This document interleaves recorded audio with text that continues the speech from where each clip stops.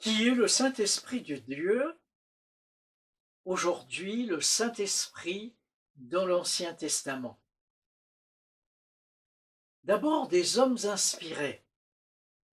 Dans l'Ancien Testament, l'assistance du Saint-Esprit a été envoyée à des hommes ayant une responsabilité. Et pour simplifier, nous allons avancer chronologiquement. C'est d'abord Joseph, dans lequel le Pharaon reconnaît un homme ayant en lui l'Esprit de Dieu. Il venait de prophétiser les 7 années d'abondance suivies des 7 années de famine.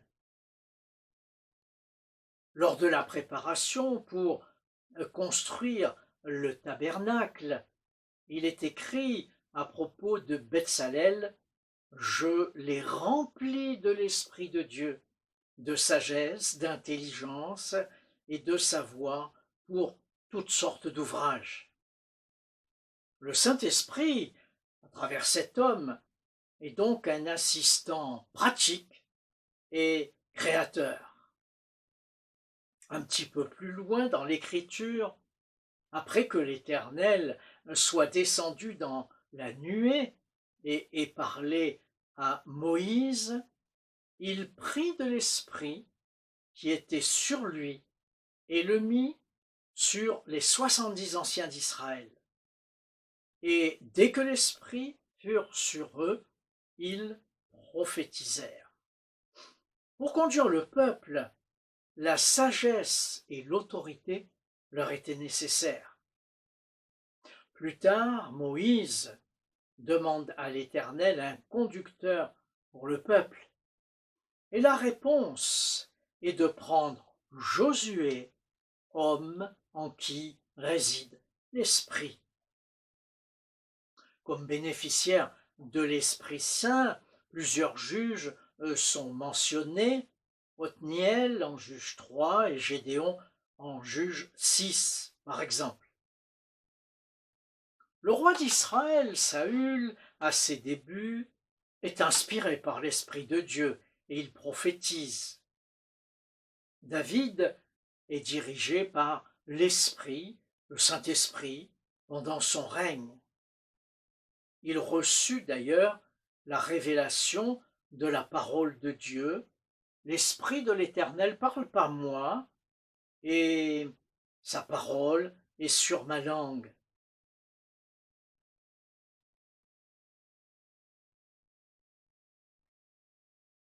Loin de l'Esprit de Dieu, plusieurs prophètes appellent à la repentance, encouragent dans des tourments d'adversité. Par exemple, on trouve Azaria dans 2 Chroniques, on trouve Zacharie dans 2 Chroniques, Jasakiel également dans le même livre, Ézéchiel. Enfin, l'annonce du salut et du Messie s'ouvre sur la promesse de l'Esprit, suivie des promesses de libération. On trouve cela dans Ésaïe en particulier. Le Saint-Esprit qualifie ou assiste des hommes de responsabilité, d'autorité, pour le bien d'Israël. Les prophéties vétérotestamentaires ont vu leur réalisation ultérieurement. L'apôtre Pierre déclare que ce n'est pas par une volonté d'homme qu'une prophétie a jamais été apportée, mais c'est poussé par le Saint-Esprit que des hommes ont parlé de la part de Dieu. Le salut a fait l'objet de recherches, d'investigations des prophètes qui ont annoncé d'avance la grâce qui nous était destinée. L'Esprit de Christ était en eux, annonçant à l'avance les souffrances du Messie. La parole donnée sous l'onction de l'Esprit s'est réalisée.